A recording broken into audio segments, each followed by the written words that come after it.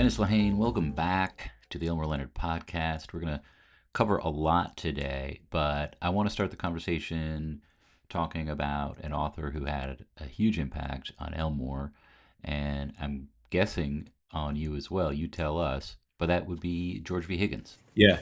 I have had a lot of versions of this book over the years. The one I have in my hand is the one you wrote the intro for. Right. So I know you're a fan. But Yeah. how did you first come across this book? Well, it's an easy one. I'm from Boston. Book set in Boston. Boston is a pretty small parochial place. It doesn't seem like it because it's culturally it's a kind of a major metro area, but it's only the size of Milwaukee. So we were all very aware growing up of both the book The Friends of Eddie Coyle and the movie The Friends of Eddie Coyle because we were kind of we have a New York inferiority complex, and not too many movies or books were set in Boston.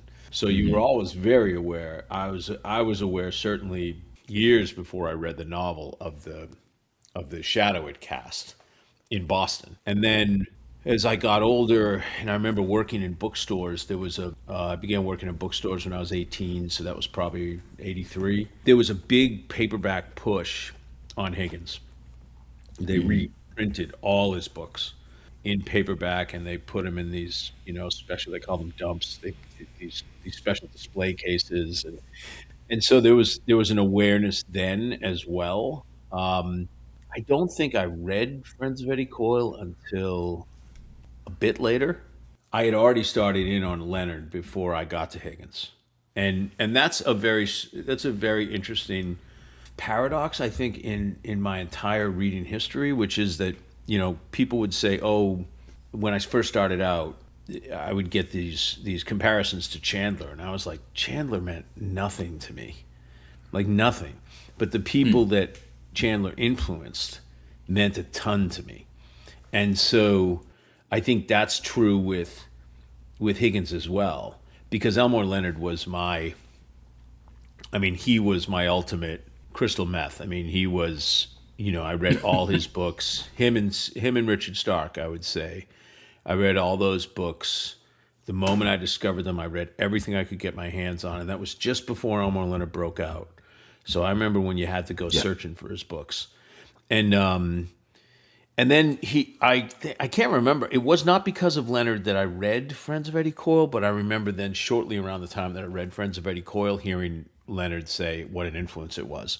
And then from there, you could see the shadow that it cast not only over my city, but you could see that you read books at certain times and you realize the galvanizing change they had on the genre in which they take place, whether that is the crime and fiction genre or just literature. It's kind of like you can't underestimate, say, the effect of The Wild Bunch when it came out in 1969. It's a perfect example of what it did to film cinematic violence. With Friends of Eddie Coyle, you can't underestimate the way he lifted dialogue up, and scuzzy dialogue, and his ear was perfectly tuned to that dialogue, and the way he lifted that up so that it became the centerpiece of the book. And it's something that, if you look at the beginning of Get Shorty, I think it's don't totally quote me on this, but it's in the ballpark of about 80 pages of just Harry telling Chili a story within a story. Yeah. And so it's all dialogue. It's 80 pages of dialogue that starts off that, starts off. Yeah, Get Shorty. once Chili shows up in L.A. I don't think Leonard does something that wacky unless he was influenced by Higgins. No, he talks about it as the best crime novel ever written. I think there was an interview in it was in the New York Times, it was a few years before Elmore died, and the writer asked him, "Give us your 10 best crime fiction novels," and he just said, "I'll give you one, The Friends of Eddie Coyle. That's it." And so it had a huge impact on Elmore, and it's one of those books that I've read several times over the years. The last time I'd read it many years ago, and I didn't get it because the dialogue is very dense. It's full of there's clues within the dialogue, and if you're reading it casually, you will miss things. And I missed a bunch of things, and it wasn't nearly as satisfying. And I think it was actually when Deadwood came out, which is one of my favorite shows, and the dialogue there is so dense. It's very different, but it's this idea of dialogue as the way that people speak to each other is almost, it's armor in a way, but it kind of, the way that you wear your armor sort of shows what you're trying to protect. And I reread, it wasn't because of that, but I just happened to reread it after that, and I just couldn't get enough of it. It's such an amazing book, and he's written other great books too, I think. But it's strange that of all his books, only two have been turned into movies. Friends of Eddie Coyle, which I think the book came out, the movie came out, I think, in the mid-'70s or like 73. 73, yeah, I think. And then Coogan's Bluff, or Coogan's Trade, which Yeah, became and Killing that's it. Softly. It's interesting. I mean, I wonder about it. Hopefully, I think anybody listening, first, let me just say this: we may spoil the book for you. So if you haven't read it, go read it, and you'll know what we're talking about. But turn off this, then go read it and come back. Yeah, exactly, exactly. Yeah. But I think one of the things that jumps out also is it really is a crime novel in the sense where the crime itself is a character. It's almost you're seeing an entire ecosystem, and Yeah, I think that's the thing that he nailed, was the criminal ecosystem. I mean, there's just this sense of all these little tiny chess pieces moving around each other and then coming to a whole in which, a man dies. I mean, that's really what it is, and, there's some factual basis for some of the cases in here. And, he pulled from cases that he had worked as an attorney, as a state's attorney. I can't remember once hearing who Eddie Coyle was based on. But the other thing he did, which, again, you can't, and it's wonderful in the movie too, is for true Bostonians, for people who grew up there, he doesn't place almost any of it in the normal Boston places. But he places it in all these great places along the edge of the city that make it really, it's, like I have a running joke that if you see anything set in Boston, there seems to be a rule that you have to show the Longfellow Bridge, or the Salt and Pepper Bridge, as they call it. And I guarantee you, if you watch anything set in Boston, you're going to see that bridge. And it's just what every filmmaker goes for. Sooner or later, they're like, get the bridge in there. It's not in Friends of Eddie Coyle. It's not in the book. It's not in the movie. The movie is shooting like, I used to live right down the street from the bank that they rob. Scalise and his guys rob. And it's in a place called Dedham, along the West Roxbury line. So he really did show a real true knowledge of the city that makes it so much fun for a Bostonian. Yeah, I mean, it's definitely, you could tell and I think he'd been writing, this is the first book of his that got published, but I think this was his 10th or 15th book that he... But that's crazy to me, because he was 29 when it was published, which to me is crazy. How do you... Yeah, he was young. Well, he died... What's wild, especially like when you think about... Elmore didn't really hit it big, quote unquote, as an author until he was in his, basically 50s. And George V. Higgins died before he was 60. Yeah. He died at 59. Yeah, 59. Did you ever get to meet him? No. He wrote a kind of a damning with faint praise review of one of my books. Which book? Gone Baby Gone. And it was one of those, it doesn't suck as badly as I thought it might, kind of vibe.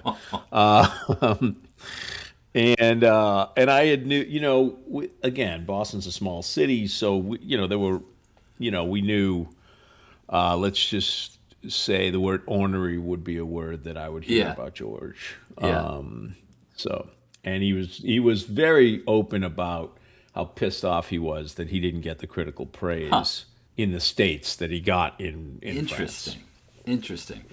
Yeah. I Terry Gross from Fresh Air did a great interview with George V. Higgins before he died.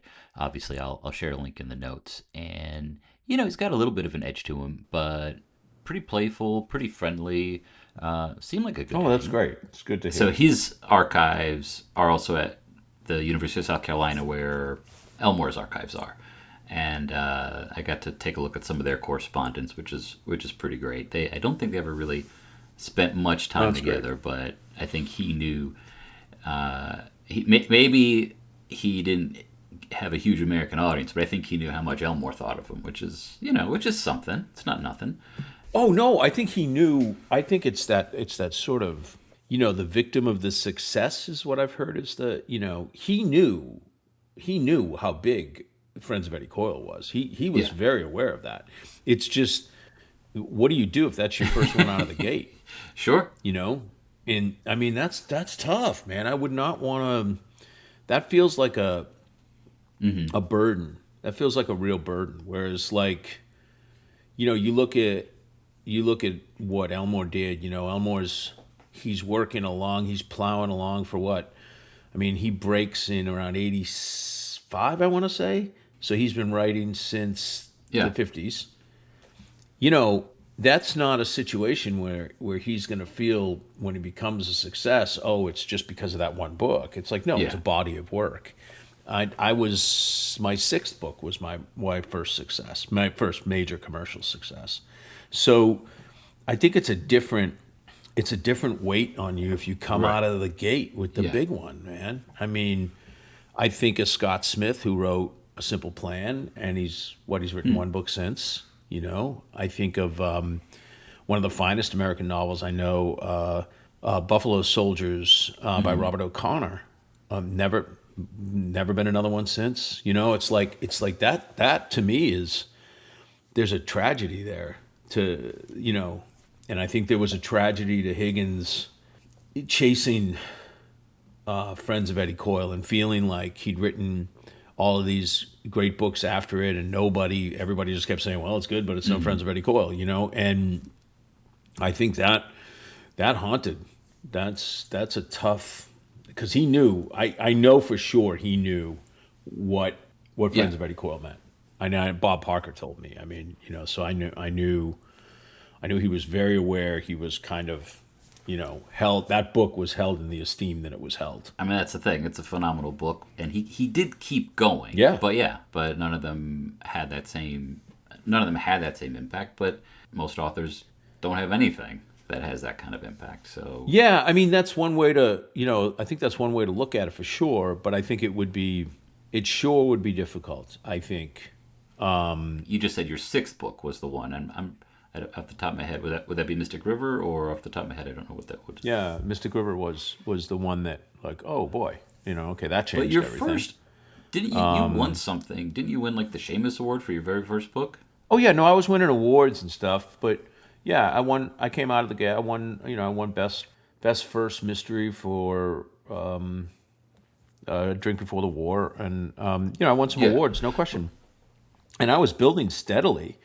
I had a life. There's no question, and I was. I think by the time of my fourth book, I was making a solid living at it. I could buy a house. That's great. But the sort of catapult, the one that was like boom, hit like everybody knew it was Mystic River, and then followed that with Shutter Island, and then after that, After Mystic River, I mean, did you feel like your next book had to be completely different, which Shutter Island was? Was that a conscious choice of yours? yeah, that was the only way. Yeah, it was a conscious choice. That was a conscious choice. Yeah, I mean, I just have this idiosyncratic part of my personality that I have to go contrary to expectation. I just do. And that's made for me to have a very interesting career, but I wouldn't say it's a straight line Right. by any means. And believe me, I like my career. I love my career, but it has not followed the line that let us say maybe some of my agents or publishers would have preferred. Yeah. Because I zig when other people think I'm supposed to zag, and stuff like that. So that was very much. And here's this most stunning thing, and I've only learned this through my daughters who are teenagers. The most well known of my work now, by far, is not Mystic River. It's Shutter Island, which is the least emblematic thing of my personal writing that I've ever written, and it is without a doubt. It's all over TikTok. All kids know it. Is it because of DiCaprio? It's the movie. It's the twist. It's the everything, and it's made that past in the sort of popular consciousness that long ago passed Mystic River, and I was stunned when I found out like how much. And no matter where I go now, if you do the shorthand when you say, "Oh, I'm a writer," "Oh, what do you write?" Would I have heard of it? I always love that question. I just say Shutter Island, and everybody knows it. It's so I say Mystic River, and people go, "Oh, I don't know," but I say Shutter Island, everybody knows it. So yeah, it's funny. This is just a total aside, but we were so excited. I was at a screening last night, and my daughter's a cinephile. She's 14, and she was looking at upcoming things coming out at this revival theater we were at. And then she goes, "Oh, Daddy, isn't this one of these movies you love?" And I looked over, and I was out of sight. And I'm like, "Yeah, we're going to see this in the theater. You're going to see Out of Sight in the theater for the first time." So, I hope she loves it. Yeah. What did you see last night? Oh, we saw the 30th anniversary screening of Bottle Rocket, Wes fantastic. Anderson's first movie. Yeah, so it was great. Something I want to get your take on regarding George V. Higgins. He was a pretty successful guy no matter what he did. And he was a reporter for a while. He becomes an attorney. He is the person who set up the organized crime task force for the state of Massachusetts. I mean, doing some, impressive things. And do you think, Elmore had advertising as a day job, but he always wanted to write. You always wanted to write from a young age. Do you think Higgins, that outside success may have hurt him at all as an author? I think he got boxed in. I really do think he got boxed in by creating, in some ways, his own little specific, almost like micro genre, like the dialogue-driven book. I think he was boxed in from that point on, and he had to do that with every book. I don't know if anybody forced him to, but I do know that that's what every book was from there, that point on. He's not like, he can't do Cuba Libre. You know what I mean? He can't break far field. He can't do touch. He can't do, you know what I mean? He's stuck. And he can't do The Given Day. And so again, there's that thing of just the victim of the success. And again, I feel very grateful that I broke away from my series after 5 books. I think you look at what Elmore did. I always love that phrase. That I didn't even know what it meant until I heard Elmore Leonard say it. As I was a young kid, I was like 18, I think, when I first read it, where he said, he switched from westerns because the bottom of the market fell out. It was such a business phrase. Yeah. You know what I mean? But he was like, okay, I'm going to pivot. And he pivoted. And then he reads Higgins as he's beginning to pivot into this other world, and then he discovers his voice, his true voice. Well, he learned to trust it, I think. And then from that point on, maybe that's it. And then from that point on, he ranges pretty far afield. I mean, there's that book that was set in Israel. The Hunted? Remember that one? Like, yeah. Like, that's nuts. You know what I mean? Like, he's like, I'll just do a book set in Israel. And there's the one set in Djibouti, and there's one, and so he could, I just thought that he had a freedom and I have a freedom that unfortunately I don't think George either had or felt he had. Yeah. And I think that sucks. It is. It's too bad. And one of the things that jumps out in Elmore's books, and also in this, and as I was kind of preparing, I reread the book, and he uses said as he doesn't use. I think he used whispered a couple of times. So basically, it's just said, not exclaimed, not shouted, not Clean. said. Yep. And Elmore does the same thing. To me, that just I pretty much do the same thing as well. Yeah. I don't believe in, queried. What are you kidding me? What I mean? But there is something about this dialogue which is so funny. I sent you the email, and I think it's early on in the book, and it's the exchange, which is he'd fuck a dog with scarlet fever to get parole. It's about Artie. Well, yeah. you know him better than I do. The stocky man said. And it's just like the perfect thing. And this book is full of them. And I'm curious if you're the same way, where he would let his characters talk. He would let his characters take them where they wanted to go. Yep. And I think Elmore really learned to trust what his characters were doing because of this book. You look at Friends of Eddie Coyle, he's got Dylan at one point talking. He's talking for about 5 pages to Foley. Yeah. And he's not saying anything that's contributing to... He's saying a little that contributes to the plot, but it's mostly just dialogue. Richard Price has a scene that we were all in awe of in The Wire. He has it in Clockers, where 2 guys are just sitting in the 2 policemen, housing department policemen, are sitting in the bowels of a housing project, telling each other stories. And it just goes on and on and on. And it's wonderful. It's heaven. That was one of my favorite things about reading Leonard, was just when the people would just go on their spiels, just 2 guys sitting in a bar talking, or 2 guys sitting in a car talking, or whatever it was. Yeah. I saw an ad. Yeah, I have Criterion Channel, and so they're running this month. They're running Straight Time. Oh, and great movie. Leonard had, I think in 2 different books, people talking about how stupid the Dustin Hoffman character in Straight Time is because he gets his partner killed. And I just was like, to this day, I still haven't been able to see Straight Time because of that. He loved that movie. That was the thing. He loved that movie so much.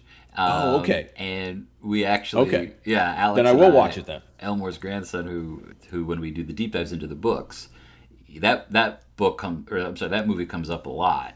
There's all this sort of full circle stuff going on with it, where it's what made Elmore want to work with Dustin Hoffman on La Brava for so long, and which eventually inspired Get Shorty. And then, but also the writer of Straight Time is also one of the writers of Lethal Weapon 2. Eddie Bunker. Oh, I'm the screenwriter, not the book. The screenwriter. Oh, the screenwriter. Okay. Wrote the screenplay, or was one of the screenwriters for Lethal Weapon 2, which pays very faithful homage to the opening scene of Freaky Deaky. So it's funny because Straight Time is also brought up in Freaky Deaky. He loved that movie, but it had a weird impact on his life. But no, I love the Criterion. Anyway. Like, Criterion is actually, I think the Criterion Channel or the Criterion Collection, because I don't think Friends of Eddie Coyle ever hit home video until Criterion put it out, in 2000. I could be wrong, but I know that's you couldn't get it. Yeah, they did a beautiful job on it. You couldn't get it for a really, really long time. What did you think? And I like the movie a lot, let me just say that. But what do you think of Robert Mitchum as Eddie Coyle? I love him. Hurts like a bastard. I thought he was great. He's a big, stocky man, He was just such a beautiful shambles in that movie. He was, that trench coat he wears, and it's that raincoat. I shouldn't say it's not really a trench coat. It's a raincoat. And just the sense of, you just know it's not going to turn out well from pretty much the first scene, And he's plays the pathos, I thought, is in his eyes, is amazing. Is this desperation. You can feel it. And I thought that's one of the most perfectly cast movies. I think it's because it's him and he's such a movie star. Because in the book, we have all these other characters. We have Jackie Brown, the gun dealer. We have Eddie Coyle, but he's referred to, you were just saying, like, as the stocky man for the most part. And a couple other people are, call him Eddie or Eddie Fingers, because he got his hands broken, or his one hand broken, for because someone else had to go to prison for something else that he had done. I don't think he's referred to as Eddie Coyle in the book until like halfway through or something. And so there's this real, it's very anonymous. Yeah. But in the movie, it's Robert Mitchum. I do think the movie is really good. I think it's but because of that, and he's he's so magnetic, it's a lot sadder, I think. I think not that the book is not sad, but it is really a tragedy, and there's something inevitable about it. You know what it is? It's because, it's flesh and blood. I mean, the movie feels more flesh and blood. The book feels like a satire. The book has kind of comic distance from everybody. The movie, there's gravitas there. You feel for Eddie Coyle. You hate Dylan. Oh my God, you hate Dylan in that movie. Played by the great Peter Boyle. And I would say Foley, Richard Jordan's performance in that movie is fantastic. I mean, he is every cold son of a bitch exploitative cop there has ever existed. He is so heartless, and he is Foley's an undercover cop who he's running everybody. He's running everybody in the show, and he's what's he always say? You got to help your uncle. You want your uncle to help you. You got to help your uncle. He's wonderful. And then the final little piece, which is awesome, is that Alex Rocco, who plays Artie Scalisi, he plays one of the robbers. Jimmy, yeah. He was an actual Boston gangster named Bobo Petricone. And he went on the run after what was known as the McGlaughlin Wars in the 60s. And also after being the getaway driver for Buddy McLean to assassinate a guy in City Square in Charlestown. Oh. And he took off and he went to California and he ended up working in a bar. And one of the people who drank at that bar was Nicholas Colasanto, who would end up being coach on Cheers. And Nicholas Colasanto was, before he became coach on Cheers, was a well-known TV director. And he said to Alex Rocco, who was still Bobo Petricone, you really got a presence. You should think about becoming an actor. And Bobo Petricone changed his name to Alex Rocco and showed up as Mo Green in The Godfather. And then he went back and shot Friends of Eddie Coyle, and he pissed off a lot of people because they were like, you ran away from a gang war, and now you're back playing a gangster. So I met him late in his life, and he told me he was getting death threats during Friends of Eddie Coyle. Oh my! The fact that he was in now, I mean, I don't know. Like, what's the split between like Irish and Italian mob in Boston in the 70s? It was a mess. So Whitey Bulger was he came out of prison. So the McGlaughlin Wars started in 1961. It ran to 1965. At least 50, maybe as many as 60 men were killed. God. It was all over a woman whose breasts were grabbed in a motel room during a party, who I ended up knowing quite well. Tell us more. And I can't. But no, it's so the McGlaughlin War started because Alex Petricone and a guy named Bobo Petricone and a guy named Bill Hickey beat up the guy who grabbed Bill Hickey's wife's breasts at a party. And he turned out to be one of the McGlaughlin brothers. And the McGlaughlin brothers did all the hits for both the Winter Hill Gang, and they also worked sometimes for the Italians. The Winter Hill Gang, however, was the Irish mob out of Winter Hill in Somerville. So the head of the McGlaughlin family they beat the hell out of this guy. They dropped him off at a hospital, and they drove away. They went to their boss, Buddy McLean, and said, hey, we beat up, I forget which McGlaughlin it was. It might have been Georgie. We beat up Georgie McGlaughlin pretty bad. Bernie McGlaughlin, could get my names wrong, but the McGlaughlin who ran the McGlaughlin clan came to Buddy McLean and said, you got to give me those guys so I can clip them. And he said, well, your brother's not dead, and that's not justice. And the McGlaughlin brother freaked out and said, you're no leader, and stormed out. The next day, Buddy McLean's wife was about to drive their kids to school in his car, and he got a bad feeling, and he went out and he looked under the car, and there was a bomb attached to it. So he called Bobo Petricone, who would become Alex Rocco, and he said, drive me to City Square. And he drove him to City Square, 12 o'clock in the afternoon, and Georgia McGlaughlin came out of, what was his barbershop? I believe his front was a barbershop, which was right beside the Charlestown PD. And Buddy McLean stepped out of the car and assassinated him at 12 o'clock in the afternoon beside the police department, and got into the car and they drove off. And so began the Great McGlaughlin War. And by the end, they were just clipping people for anything. And over 50 people died. How? And tell me more about these boobs. It was just a drunk guy. He was just drunk, and then it just got out of hand. Why would the McGlaughlin guy not say, "Hey, you know what? He shouldn't have grabbed, this woman"? Because it was his brother. Still, I mean, no impunity. And so here's what I heard for years later: no one could ever understand why they just didn't kill him. Why did they drop him off at the hospital? Why? Because she insisted. Well, and she never forgave herself for the rest of her life.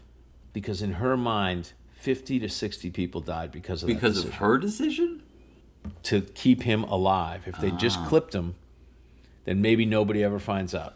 Oh, but it was a room full of people. I mean, the word would have gotten out, no? I don't know. Well, but I hope that is terrible because she carried that guilt her entire life. She passed away several years ago, but she carried that guilt her entire life. I'm sorry to hear that. Now, were these McLaughlins related at all to John McLaughlin from the McLaughlin Group? I don't think so. They were the McLaughlin brothers. They were like the preferred hitters of the Irish mob in the 60s until, And then Patriarca used it as Patriarca being so smart, Raymond Patriarca, who ran the overall organized crime system in Boston from Providence, he used that war to clear out his enemies on both sides. He pitted them both against each other, and then he was ascended.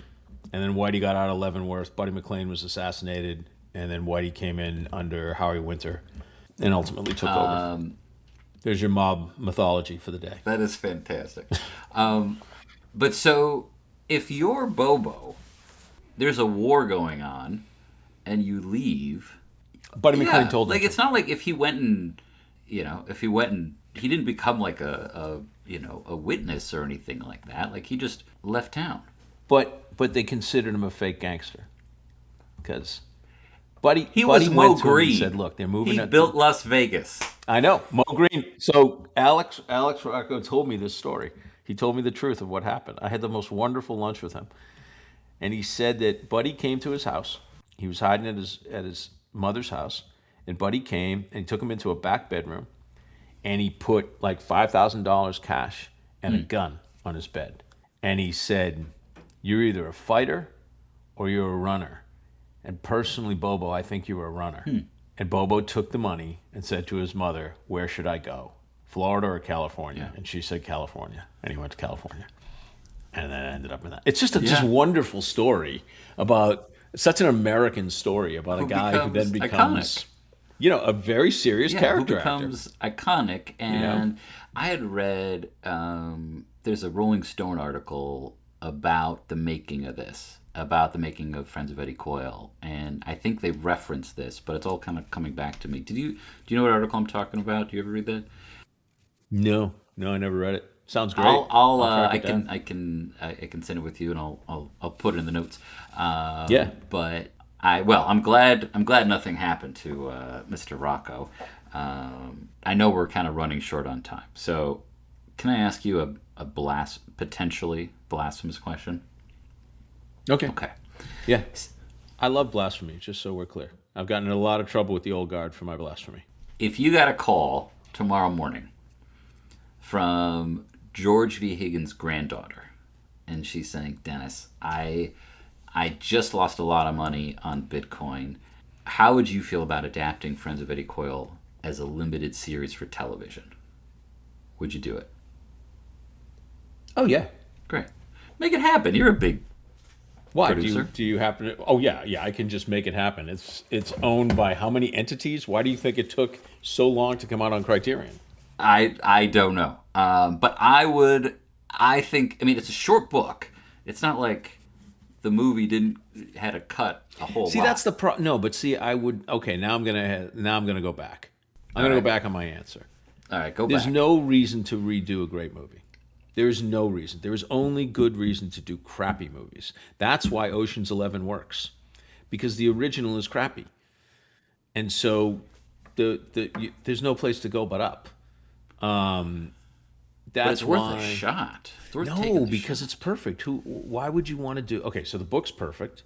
Yeah. The movie, Peter Yates' movie, is perfect. I mean, I can't think of a flaw in it. Why would you redo it? It's out there for anybody to see. Yeah, I am of the school. First off, I would agree that remake the bad movies or the bad songs, and a lot of times mediocre books turn into. It's easier to turn a mediocre book into an amazing movie. The Godfather is a very good book, but it's not. I don't think it's the same level of a book as the movie is a movie. No.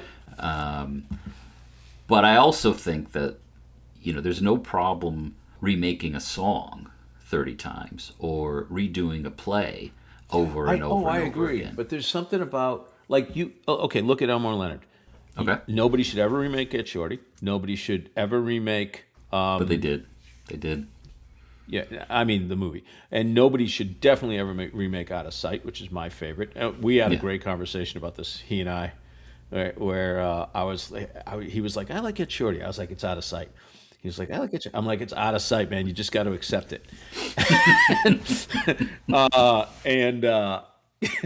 And then, but you know what would be a great movie to remake? Stick. 100%. Stick was a great book. Yeah. And it was a horrible movie. So remake that. I would love to do Unknown Man or Underrated Man because it's my favorite. I would love to do. I'm just trying to think who else butchered him. Oh, Cat Chaser. That could be redone. There's a bunch. There's a bunch that went straight. Basically went straight to, I think, USA, when USA was doing like original straight to cable movies. Oh, 100%. I mean, The Big Bounce, they could redo a third time. Oh no, I think that's already proven now. If you take two strikes, I ain't going for the third one. It could work. I have an angle. It could work. Okay. But it's a very tricky thing. But I believe remake the bad stuff. Like I'm obsessed. I've thought about it for years. I've never done anything with it at a formal level, but the movie that I think had the greatest idea and one of the worst executions is, do you remember a movie from the 80s called Extreme Prejudice? It's with Nick Nolte and Powers Booth. He's a sheriff? He's a Texas Ranger. Yeah. And then his old best friend is Cash Bailey, who's running drugs from Mexico. And then there's this shadow army that shows up in the town. And it's filled with all these special forces guys who are legally dead. And it's just an amazing movie amazing premise set along the border, and it completely doesn't work as a movie. But I'm like, give me a shot at that bad boy. Okay. Like, that's what I want to remake, Go for it. So I would love, there's another 80s movie that I think is pretty good, but there are some moments that are pretty bad, and it's Shoot to Kill. Did you ever see that? I love Shoot to Kill. But you're right. There's a couple of moments in it that I showed it to my wife recently. Really? And she was very let down. And I was like, oh, but it's so cool. It's got so many great moments. And Clancy Brown's awesome in it. And all those guys on the tour had just been bad guys. Yeah, so, that's right. And so you're like, oh, he could be the bad guy. You're suspicious of all of them. Yes. Yeah. And, so that good, scene with David Masser with the gun, where Clancy Brown drops his gun and says to David Match, just pick up the gun. I'm a cop. And he picks up the gun and he lifts him back and then he lets him go. Yeah. It's just, wow. That's such a great, yeah, Andy McDonald. That's right. There's a lot of bad guys, classic bad guys in there. That was, but it's still, and I love Tom Berenger. I love Tom Berenger. I think they probably cut out a couple of scenes. It was either a little too short, a little too long. I mean, it's been a few years since I've seen it, but yeah, that would be great. No, but here's one I just saw. I just rewatched, and I bet Elmore loved this movie. We never discussed it, but I will guarantee you he loved it. I just rewatched Charlie Varick, and oh sure, Don Siegel, and I thought Walter Matthau. What a wonderful movie, but don't remake it. Don't touch it. Like, it's too good. You want to tell everybody how wonderful it is. You want to say, I think that's why people remake things. Because they get excited about the story and they want to show a new generation the story. And nobody's, Well, okay, here's a question for you.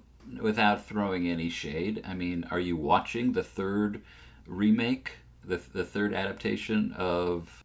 Cape Fear? Of The Executioners, no. Cape Fear? No, I haven't got anywhere near it. So I can't, there's no shade to throw because I didn't watch it.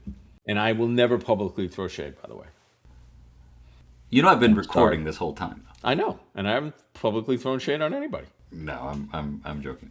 I'm curious. I just want to circle back to your conversation with Elmore about Out of Sight versus Get Shorty.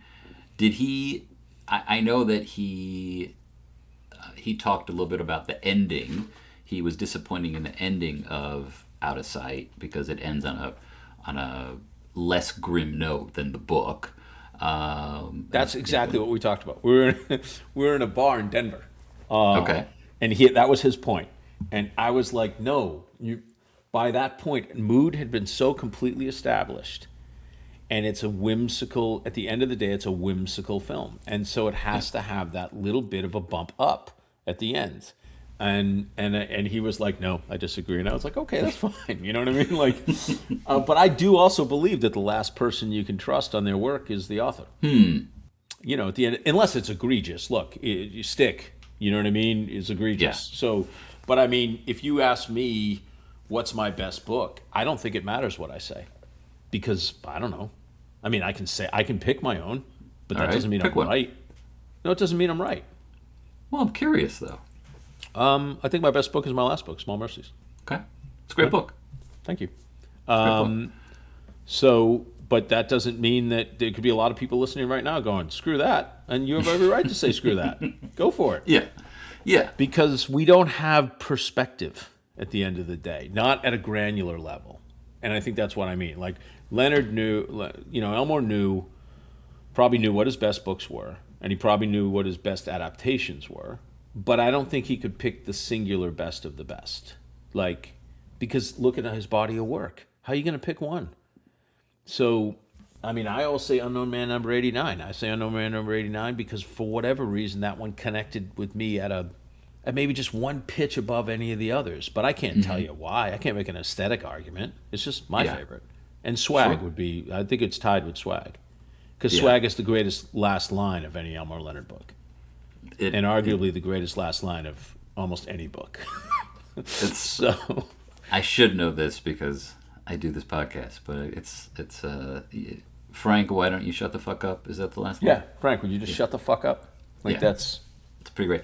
Burt Reynolds would have been great as Frank, as opposed to playing Stick and directing himself in Stick, which is the sequel to Swag.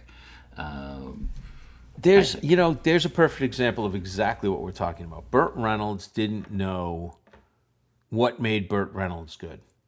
Burt Reynolds fired his agents over Boogie Nights. What? Yes.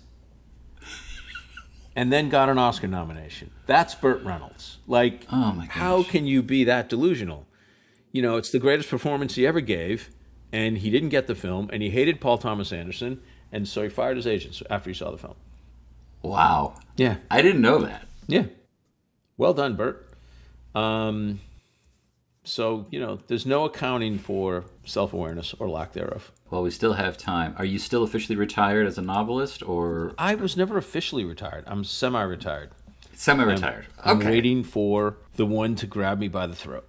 I mean, what you were just describing, what about the life of Bobo Petricone? I mean, So that was something that it became I tried to reach out to him and tell him. Don Winslow in the City on Fire's books did a version of that story. okay. He got most of it because I know intimately so many people involved. I don't mean this as a slight to Don. He was writing fiction. Yeah. But he got most of it wrong. But Okay. because I was so intimately involved with so many people involved, and that's one of the reasons I met Alex Rocco, was because I met him before he died because I wanted to tell the story. I've thought a lot about it. I've been thinking about it for 20 years. And it's possible. It was supposed to be the backstory of Mary Pat in Small Mercies, my main character.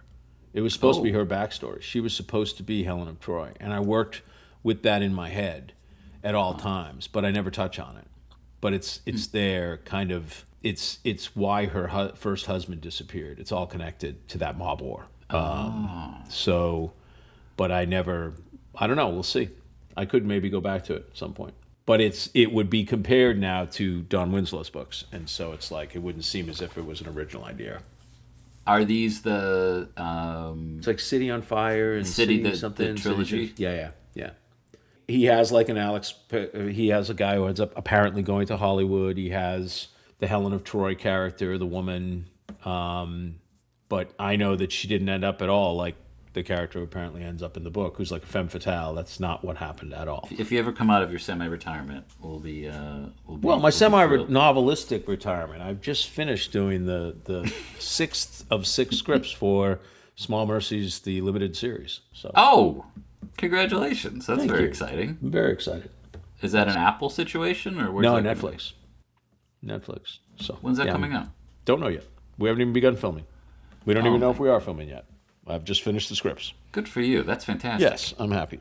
Dennis, thank you again for joining us and talking Anytime. about Elmore again and George V. Higgins. And when you say anytime, be careful because next time we will have to discuss, hopefully we can get you back on and we can just have a chat about Die Hard, which I think you're a fan of too.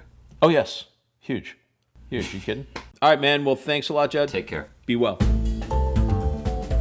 The Elmore Leonard Podcast is produced and edited by Judd Rubin. Music by Greg Ahee. Hosted by Judd Rubin and Alex Leonard. Executive produced by Peter Leonard. Copyright 2025, Elmore Leonard Inc. Please visit us at elmoreleonardofficial.com or send us an email at hello@theelmoreleonardpodcast.com.